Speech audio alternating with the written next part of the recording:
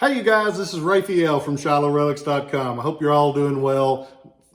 I'll say it every time, but I am thankful to get to be with you guys today. Thankful for each one of you that watch these videos. I appreciate you sharing them. I appreciate you liking them. And it means so much to me when you guys say, hey, I enjoy those. Keep them up.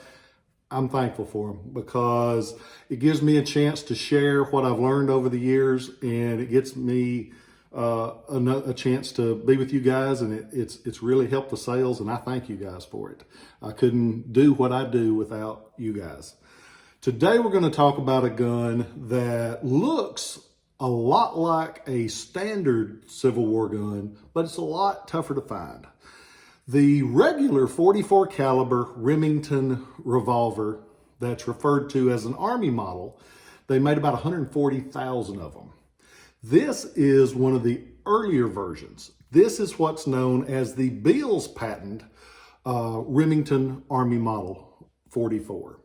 They only made about 1,900 of these. They only made them in 1861-62. There's a couple of things that you look for on them compared to the standard Remington 44. The quickest way, there's two quick ways. Along the top of the barrel, the early models will have actually Beals patent, B-E-A-L''S patent. And this one has it. The other ones will have just regular Remington and Son, or Remington Company, Ilion, New York. And this one has the Ilion, New York, because that's the production location. But it has the Beals patent. That's the quickest and easiest way. The other way is if you look at the loading lever. The loading lever, which is the part that actually packs the bullet down into the cylinder, is beveled a little bit different, very distinctively compared to the other. And it just drops down to pack the bullet in. That's the loading lever of the gun. These guns, they estimate 50 to 80% were purchased by the government.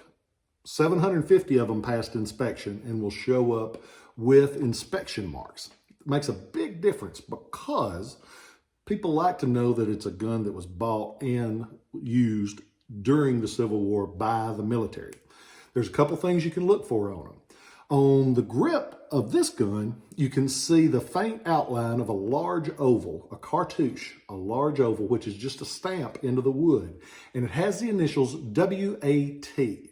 W.A.T. was William A. Thornton. He's the fellow that approved the gun for military use.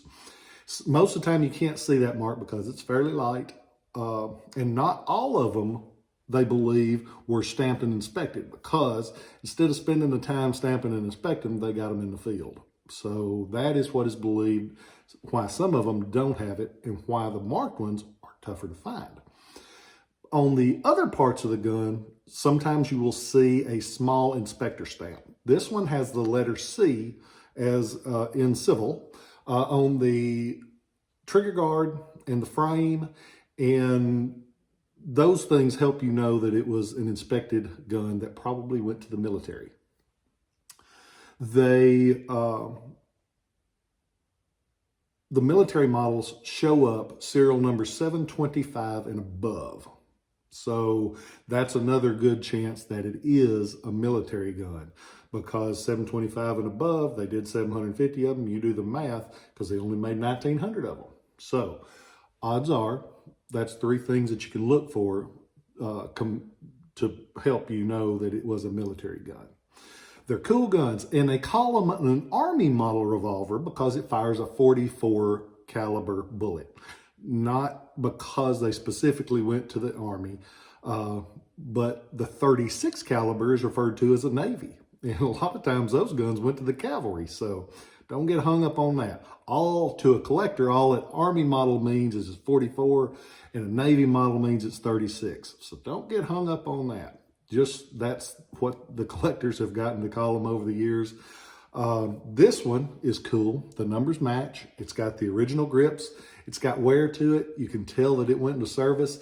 And that's what happened with a military marked gun made in 61, 62. They went straight into service. And that's why a lot of them were used up, worn out, thrown away. But this one survived. The action still works. It's just a nice gun. It's got kind of a battleship gray color all over. I like that because you know it was there. You know it saw the elephant.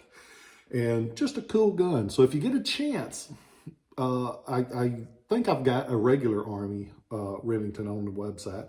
Compare the differences in them, because if you can run across one, knowledge is the key. And if you know those little differences, you'll be on top of the game next time you go to a show, or next time you go and see one in an antique mall or somewhere like that. Never hurts to know. I hope that you guys are doing well. I hope that you take the time to tell the people that you love them. Because if you don't tell them, they might think so, but they might never know.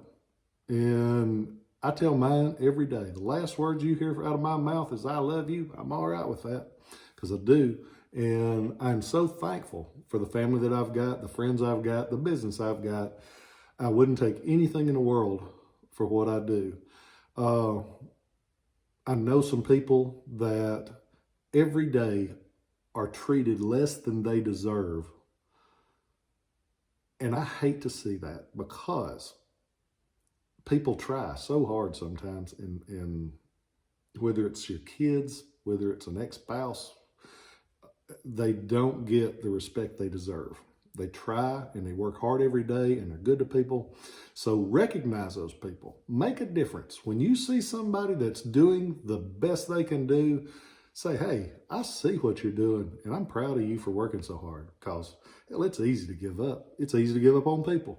But I don't want to be that guy. I want to be a positive force for change in a good way. I want to be that person that when I see somebody struggling, I give them a hand up. I don't give them a hit on the head and knock them down. I want to be that positive force. And I hope each one of you, when you get that chance, throw that hand out and help somebody up. If they're working, tell them thank you. If that waitress, if she's busting her butt and gives you good service, say thank you. I appreciate that.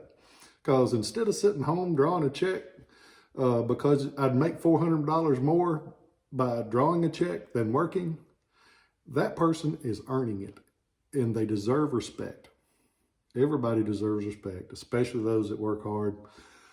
I'm thankful for you guys. I'll get off my soapbox now, but remember, I love you, and I'll catch you next time.